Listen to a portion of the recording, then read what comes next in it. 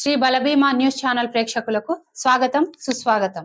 హైదరాబాద్ ప్రపంచవ్యాప్త పెట్టుబడిదారులకు ఉత్తమ గమ్యస్థానం అని చెప్పిన ముఖ్యమంత్రి రేవంత్ రెడ్డి అంతర్జాతీయ స్థాయి మౌలిక వసతులు, పరిశ్రమలకు అనువైన వాతావరణం, భద్రతకు ఎటువంటి డోకా లేకుండా కేంద్ర స్థానంలో ఉన్న హైదరాబాద్ ప్రపంచవ్యాప్త పెట్టుబడిదారులకు ఉత్తమ గమ్యస్థానమని ముఖ్యమంత్రి రేవంత్ రెడ్డి తెలిపారు. దేశంలోనే పెద్ద సంఖ్యలో యువత వేగవంతమైన వృద్ధి రేటుతో ఉన్న రాష్ట్రం తెలంగాణ అని ముఖ్యమంత్రి అన్నారు. ఢిల్లీలో గురువారం జరిగిన అమెరికా సంయుక్త రాష్ట్రాలు భారతదేశం వ్యూహాత్మక భాగస్వామ్యం సదస్సులో USISPF ముఖ్యమంత్రి ప్రసంగించారు. తెలంగాణలో గత 35 ఏళ్లుగా కాంగ్రెస్ తో పాటు అనేక పార్టీల ప్రభుత్వాలకు సారథ్యం వహించిన పెట్టుబడిదారులకు అందరూ మద్దతుగా నిలిచారని ముఖ్యమంత్రి వివరించారు. భారతదేశంలో పెట్టుబడులకు హైదరాబాద్ ముఖద్వారమని సీఎం తెలిపారు.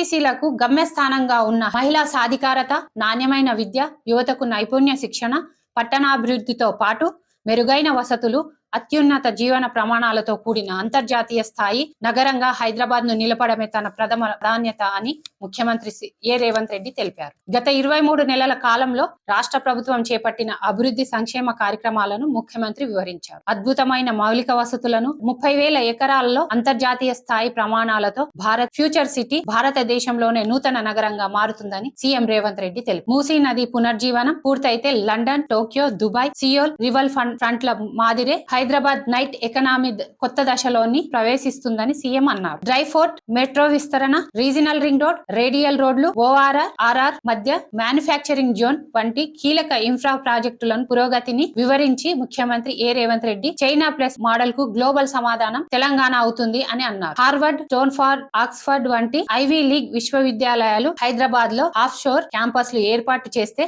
తక్కువ ఖర్చు, సులభమైన వీసా విధానాలతో దక్షిణాది దేశాలు విద్యార్థులకు నాణ్యమైన విద్య లభిస్తుందని ముఖ్యమంత్రి రేవంత్ రెడ్డి ప్రపంచ స్థాయి విద్యా సంస్థలను ఆహ్వానించారు.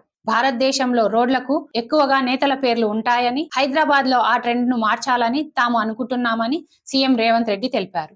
ముఖ్యమైన రోడ్లకు గూగుల్, మోటా, TCS, ఇన్ఫోసిస్ వంటి కంపెనీ పేర్లను పెడతామని సీఎం అన్నారు. సదస్సు ప్రారంభంలో తెలంగాణ రైజింగ్ 2047 విజన్ ని ప్రదర్శించారు. తెలంగాణను $1 ట్రిలియన్ ఆర్థిక వ్యవస్థ తీర్చిదిద్దాలన్న ముఖ్యమంత్రి రేవంత్ రెడ్డి లక్ష్యం ఢిల్లీలో జరిగిన ఓ సమావేశంలో విశేష ఆదరణ పొందింది. గ్లోబల్ ఇన్వెస్టర్లకు పెట్టుబడుల అవకాశాలు వివరించి సీఎం ప్రసంగం అంతర్జాతీయ వ్యాపార వర్గాలను ఆకట్టుకు. Revanth Reddy vision bold, clear, achievable. John Chambers, Cisco మాజీ CEO, టెక్ దిగ్గజం. ముఖ్యమంత్రి రేవంత్ రెడ్డి తెలంగాణ విజన్ పారదర్శకంగా, సాహసోపేతంగా సాధించగలిగేలా ఉంది. ఆయన చెప్పిన ప్రాజెక్టు వాటి సామాజిక ప్రభావం ఎంతో ప్రేరణాత్మకంగా ఉంది. గ్లోబల్ సమ్మిట్ కు హాజరవుతామని డాక్టర్ ముఖేష్ అగి, USISPF అధ్యక్షుడు చెప్పారు. ముఖ్యమంత్రి రేవంత్ రెడ్డి ఆహ్వానం మేరకు మా సభ్యులతో కలిసి అత్యధిక సంఖ్యలో డిసెంబర్ 8-9 తేదీల్లో హైదరాబాద్ లో జరిగే తెలంగాణ రైజింగ్ గ్లోబల్ సమ్మిట్ కు హాజరవుతాం. తెలంగాణ విజన్ కు దగ్గరగా తెలుసుకోవాలని మేమంతా ఆసక్తిగా ఉన్నామని చెప్పుకొచ్చారు. ముఖ్యమంత్రి రేవంత్ రెడ్డి ఆహ్వానం మేరకు తమ సభ్యులతో కలిసి అత్యధిక సంఖ్యలో డిసెంబర్ 8-9 తేదీల్లో హైదరాబాద్ లో జరిగే తెలంగాణ రైజింగ్ గ్లోబల్ సమ్మిట్ కు హాజరవుతామని, తెలంగాణ విజన్ కు దగ్గరగా తెలుసుకోవాలని మేమంతా ఆసక్తిగా ఉన్నామని సీఎం రేవంత్ రెడ్డి అన్నారు. శ్రీ బలభీమా న్యూస్ ఛానల్ ప్రేక్షకులకు ధన్యవాదాలు.